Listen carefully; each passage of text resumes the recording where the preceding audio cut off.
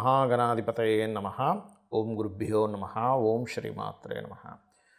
పరమేశ్వర స్వరూపమైనటువంటి జ్యోతిష, వాస్తు మరియు ఇతర అనేకమైనటువంటి శాస్త్రములను మనకు అందించినటువంటి మహర్షులకి నమస్కారం. హయగ్రీవ హయగ్రీవ హయగ్రీవేతియోపథేత్తస్య నిస్సరతే వాణి జహ్నుకన్యా ప్రవాహవత్. అరుణాం కరుణాతరంగితాక్షీం ధృతపాశాంకుశపుష్పబాణచాపాం అనిమాదిభిరావృతాం మయూకైః అహమిత్యేవ విభావయే భవానీం. శ్రీమాత్రే నమః. ప్రేక్షకులకి ఆ లలితాంబిక అమ్మవారి యొక్క అనుగ్రహం పరిపూర్ణంగా కలగాలని మనస్ఫూర్తి కోరుకుంటూ మనం ఈరోజు చెప్పుకోవేటువంటి టాపిక్ ఏమిటంటే కుజుడు నీచ పొందబోతున్నాడు. ఎందుకంటే చాలామంది నన్ను అడిగారు, మిథున రాశిలో ఉన్నప్పుడు కొన్ని తొక్కిసలాటలు జరుగుతాయని చెప్పారు కదా. యాజ్ ఇట్ ఈజ్ అలాగే చాలా తొక్కిసలాటలు జరిగాయి. మరి మిథునం నుంచి అంటే ఆల్రెడీ కుజుడు నీచబడి వెనక్కి వచ్చి మిథునంలోకి వచ్చాడు. అలాంటిది మరలా నీచంలోకి వెళ్ళబోతున్నాడు కదా. 3 ఏప్రిల్ నుంచి ఒక 45-50 రోజుల పాటు అక్కడ ఉంటాడు. ఉన్నప్పుడు మరి నీచబడ్డ కుజుడు ఎటువంటి ఫలితాలు ఇస్తున్నాడు అని చాలామంది అడుగుతున్నారు. కాబట్టి దాని మీద నేను వీడియో చేయబోతున్నా. ముందుగానే ఎందుకు చెప్తున్నానంటే ముందుగానే కొన్ని ప్లానింగ్స్ చేసుకుంటారు. అది ఒక్కొక్క లగ్నరీత్యా ఎటువంటి ఫలితాలు ఇస్తుంది, లగ్నం తెలియని వారి రాశి నుంచి చూసుకోండి. అలాగే మరి దేశకాల పరిస్థితులకి మరి జాతకం లేని వారు ఎటువంటి పరిహారాలు, ఎటువంటి జాగ్రత్తలు తీసుకోవాలనేటువంటి విషయాలను ఇప్పుడు నేను మీకు చెప్తాను. అయితే ఈ విషయాలు చెప్తుంది నేనైనప్పటికీ కూడా చెప్పేస్తుంది సాక్షాత్ లలిత అమ్మవారిగా భావిస్తూ ఒక్కొక్క లగ్నం గురించి మనం తెలుసుకుందాం. కుంభలగ్నము, కుంభరాశి. కుంభం వారికి 6వ స్థానంలో కుజుడు వాహనాల మీద వెళ్ళేటప్పుడు అప్పులు ఇవ్వడం తీసుకునే విషయంలోని అన్నదమ్ములు, ఎందుకంటే 6వ స్థానం అనేది రుణ రోగ శత్రుస్థానం. శత్రువులు పెరుగుతూ ఉంటారు. మనం ఏమీ అనకపోయిన శత్రుత్వాలు పెరుగుతూ ఉంటాయి కుంభరాశి లేదా కుంభలగ్నం వారికి. కాబట్టి అనవసరంగా మనం ఇక్కడ ఈ మాట మాట్లాడితే అనవసరంగా శత్రుత్వాలు వస్తాయి అని మనకు ఒక ఐడియా ఉంటుంది.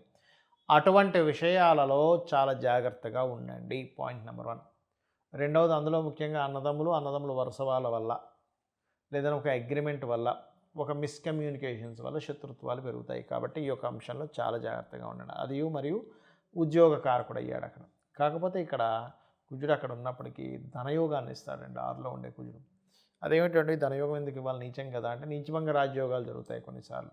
కాకపోతే వాహనం మీద వెళ్ళేటప్పుడు ల్యాబ్స్లో టెస్టులు చేసేటప్పుడు ల్యాబ్ టెస్టింగ్ విషయాల్లో కొంత జాగ్రత్తగా ఉండాలి. అలాగే మరొక విషయం ఏంటంటే ఇక్కడ గమనించుకున్నట్లయితే ఏ రోజుల్లో మీకు మరి కుజుడు నీచభంగ రాజ్యోగం జరుగుతుంది, ఆ టైంలో అప్పుల విషయంలోని ఫైనాన్స్ విషయంలో ఎప్పుడు కలిసి వస్తుంది అని చెప్పి చూసుకున్నట్లయితే మేష, కర్కాటక, తుల, కుంభరాశిలో సంచరించేటప్పుడు, అంటే మేషంలో అశ్విని భరణి కృత్తిక 1వ పాదంలో చంద్రుడు సంచరించేటప్పుడు అంటే ఆ రోజు ఆ నక్షత్రం అయి ఉండాలి. లేదా కర్కాటక రాశిలో పునర్వసు 4వ పాదము, పుష్యమి, ఆశ్లేష నక్షత్రాల రోజు అంటే చంద్రుడితో కుజుడు కలిసి ఉంటాడు ఆ రోజు.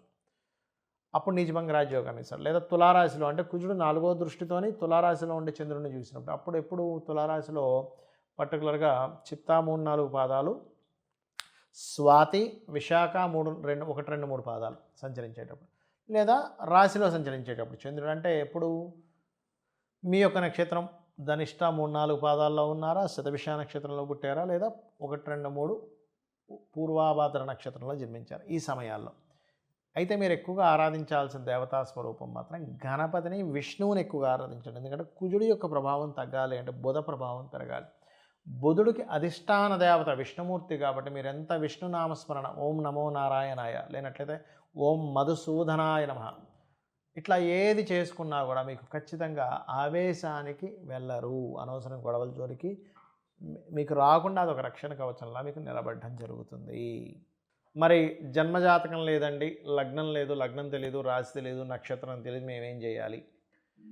ఎప్పుడైనా సరే జన్మజాతకం లేనప్పుడు సహజ మేషం అంటే మేషం నుంచి చూసేసుకోవాలి. మేషాన్నే లగ్నంగా తీసుకొని 4వ స్థానం మీద కుజుడి యొక్క సంచారం కాబట్టి మీరు ఏదైనా ల్యాండ్స్ తీసుకున్నా, లేదా మీరు ఆర్మీ, పోలీస్ డిపార్ట్మెంటు, సెక్యూరిటీ సర్వీసెస్లో ఉన్నవాళ్ళు కొంత జాగ్రత్తగా ఉండాలి దేశకాల పరిస్థితులు చూసుకుంటే.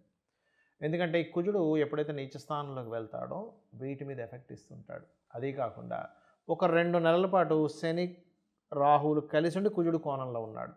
దీనివల్ల ఏమవుతుంటుందంటే కాస్త ఉద్రిక్తమైనటువంటి వాతావరణం బార్డర్స్లో కావచ్చు, కొన్ని గొడవల విషయంలో కావచ్చు, ఇటువంటివి జరుగుతూ ఉంటాయి. అలా కాకుండా మరొక విషయం ఏంటంటే ఇక్కడ దీంతోపాటు ఏప్రిల్ మాసంలో కొంత పంచగ్రహ కూటమి, షష్టగ్రహ కూటమి కూడా మనకి 12వ స్థానంలో జరుగుతుంది. దానివల్ల కొంతమందికి విదేశీ యోగాలు ఉన్న వాళ్ళకి విదేశీ యోగాలు, రకరకాల యోగాలు ఉన్న వాళ్ళకి రకరకాలు జరుగుతాయి పర్సనల్ చార్ట్లో. కానీ మీకు పర్సనల్ చార్ట్ లేదు అనుకునేటువంటి వారు ప్రధానంగా మీరు తీసుకోవాల్సింది భూములు, గొడవలు, అన్నదమ్ములతో వచ్చేటువంటి వివాదాలు వస్తాయి అనుకునేటువంటి విషయాల పట్ల కాస్త మీరు జాగ్రత్త వహించండి. అలాగే మరొక విషయం ఏంటంటే ఇక్కడ ఈ భూముల్లో ఒక్కోసారి తెలియకుండానే దోషం ఉంటుంది. అంటే ల్యాండ్ కట్ అవ్వడం కానీ, పెరగడం కానీ, అలాంటి వాటికి కన్స్ట్రక్షన్ స్టార్ట్ చేయడం అలాంటివి చేయకండి. ఎందుకంటే భూమికి సంబంధించిన కారకుడు కుజ అంటే భూమికి పుత్రుడు, భూపుత్రుడు అంటారు కుజుడిని. అప్పుడు ఏమవుతుంది, భూ సంబంధించిన మనం ఏదైనా దోష సంబంధించిన ప్రారంభించినప్పుడు ఇబ్బంది ఇస్తుంది. అలాగే కొన్ని మెషినరీస్ కొంటుంటారు కొంతమంది, మెషినరీస్ రిలేటెడ్ సంబంధించిన విషయంలో ఇబ్బందులు రావడం ఇట్లాంటివి ఏర్పడుతుంటాయి. ఆ కారణంగా ఒక దేశానికి ఇంకో దేశానికి ఏదైనా ఇబ్బందులు రావడం అంటే దేశపరంగా తీసుకుంటే అట్లాంటివి వస్తూ ఉంటాయి. అదేవిధంగా మంచి ఎండాకాలంలో విపరీతమైన వర్షం పడడం, ఎందుకంటే కుజుడు నీచంలో ఉన్నాడుగా జలరాశుల్లో. ఏమవుద్ది, మంచి ఎండ ఉంది, అబ్బా ఇంత ఎండ ఉంది ఏంటి అనుకునేసరికి సడన్గా మేఘాలు వచ్చేసి సడన్గా వర్షాలు పడడం ఇట్లాంటివన్నీ జరుగుతూ ఉంటాయి. అయితే ఇక్కడ ఒకటే గుర్తుపెట్టుకోండి, మీరు ఎవరైనా సరే మీకు జన్మజాతకం తెలిసినా తెలియకపోయినా ఒకటే గుర్తుపెట్టుకోండి, నవగ్రహాల్లో కుజగ్రహం దగ్గర దీపారాధన చేయడము పాయింట్ నెంబర్ 1. రెండవది ఆంజనేయ స్వామి కానీ, నరసింహస్వామి కానీ, లేదా స్కందుడు సుబ్రహ్మణ్యేశ్వర స్వామి ఆరాధన కానీ, లేదా ఇంట్లోనే కూర్చొని చక్కగా కుంకుమతో అమ్మవారిని అర్చించడం, ఒక్కొక్క నామంతో శ్రీమాత, శ్రీ మహారాజ్ని, శ్రీమత్ సింహాసనేశ్వరి అనుకుంటూ లలితహాస్యనామాలతో చేయొచ్చు. లేదు ఇవేమి నాకు రావనుకుంటే కేవలం శ్రీమాత్రే నమః అనే నామస్మరణతో కూడా చేసుకోవచ్చు. మనకి శాస్త్రాల్లో మనం చూడండి, చాలామంది అన్నం తినేటప్పుడు ఒక మంత్రం ఉంటుంది, లేకపోతే మనం ఇక్కడ బయలుదేరేటప్పుడు ఒక మంత్రం ఉంటుంది అంటుంటారు. కానీ శ్రీమాత్రే నమః అనే మంత్రాన్ని మీరు, నామాన్ని మీరు ఒక్క 7 సార్లు చేసి మీరు ఏదైనా ప్రారంభిస్తే కూడా దానికి ఇబ్బంది అనేటువంటిది ఉండదు. ఒక ప్రయాణంకి వెళ్తున్నారు శ్రీమాత్రే నమః, అన్నం తింటున్నారు శ్రీమాత్రే నమః అని 7 సార్లు అనుకోండి. ఏదైనా సరే ఒక పని ప్రారంభిస్తున్నారు, లేదా ఒక సంతకం పెడుతున్నారు శ్రీమాత్రే నమః అని 7 సార్లు అనుకోండి. ఖచ్చితంగా ఆ పని వల్ల మీకు కలిగేటువంటి ఇబ్బంది ఎక్కడా కూడా ఉండదు, గుర్తుపెట్టుకోండి. అలాగే కాస్త యువకులు ముఖ్యంగా, ఎందుకంటే కుజుడు యువకులకు కారకుడు, గుర్తుపెట్టుకోండి. యువకులకి, భూములకి, అదేవిధంగా కాస్త ఆయుధాలకి, వీటికి కారకుడు అనమాట కుజుడు. కాబట్టి ఏమవుతుంటుంది, ఇట్లాంటి విషయాల్లో స్ట్రెస్ కావచ్చు, తొందరపాటు ఇవి కావచ్చు, ఇట్లాంటివి జరుగుతుంటాయి. కాబట్టి ఈ యొక్క అంశాల్లో చాలా చాలా చాలా కేర్గా ఉండాలి. అలాగే కొన్ని ఎర్ర భూములు ఉంటాయి, ఎర్రగా ఉండేటువంటి రెడ్ సాయిల్స్ అంటూ ఉంటారు. రెడ్ సాయిల్స్ కొన్నిసార్లు ఈ కుజుడు నీచపడ్డప్పుడు ఏమవుతుందంటే జంతువులకి ఇబ్బంది అండి.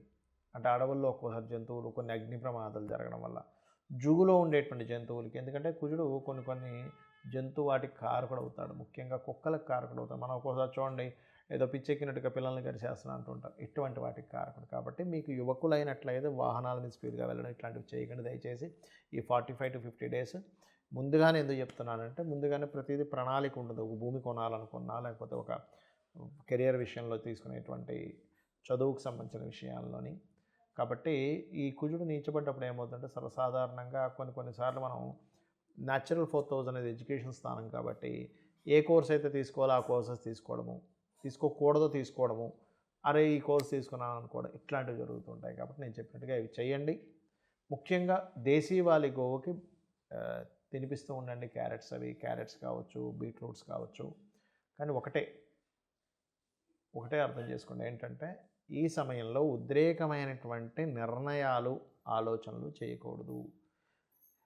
శ్రీమాత్రే నమః.